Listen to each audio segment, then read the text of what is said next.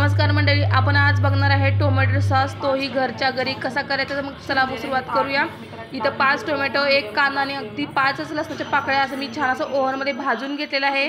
पूर्ण असं शिजलेलं आहे बघा ओव्हनमध्ये, विदाउट पाणी अजिबात घातलेलं नाही यामध्ये, तरी सुद्धा टोमॅटोचं पाणी तयार झालेलं आहे। बघू शकता इथे एक असं करून मी घेतलेलं आहे आणि हे पूर्ण शिजले। साली बघा अशा आतराळी निघतात, तुम्ही साली काढून जरी बारीक केलं तरी चालेल किंवा न काढता बारीक केलं तरी चालेल।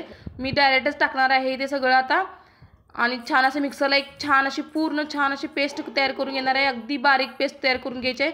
बघू शकता इथे बघा मी पेस्ट तयार केलेली आहे, किती बारीक दिसतंय ना। आता ही काय करायचं, एक चाळण घ्यायची आहे, आपली पूर्ण चाळण आहे त्यामध्ये ती चाळून त्यातून काढून घ्यायचं। हे बघा वरती बिया आणि थोडेसे सालपाट राहिलेले आहेत। ही आपली पेस्ट तयार झालेली आहे टोमॅटोची आणि त्यामध्ये आता काय करायचं आहे, अगदी चवीप्रमाणे थोडंसं नमक टाकून घ्यायचं आहे। मी साधारण इथे पाव चमचा नमक टाकून घेतलेलं आहे। बघू शकता इथे अगदी थोडंसं नमक टाकलेलं पाव चमचा।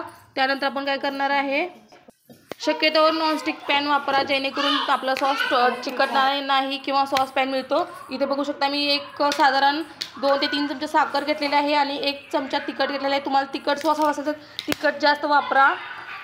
बघा आपली साखर पटकन विरघळते, इथे साखर लगेच विरघळते। बघू शकता इथे आपलं बऱ्यापैकी 4 ते 5 मिनिटांमध्ये तुमचा सॉस तयार होऊन जाईल। बघू शकता इथे आपला सॉस बऱ्यापैकी चांगला झालेला आहे आणि अगदी 4 ते 5 मिनिटांमध्ये तयार होतो। सॉस ओळखायचा कसा, एक प्लेट घ्यायची काचेची, त्यामध्ये तुम्ही ओतून बघायचं सॉस, त्यातून पाणी वगैरे काही येत नाही, समजून जायचं घट्ट दाणेदार आपला सॉस तयार झालेला आहे। हा आपला सॉस तयार झालेला आहे। हा सॉस कमीत कमी 10 ते 15 दिवस निवांत टिकतो आणि शक्यतो मी फ्रीजमध्ये ठेवते, त्यामुळे माझा इथे सॉस 1 महिन्यापेक्षा जास्त टिकतो।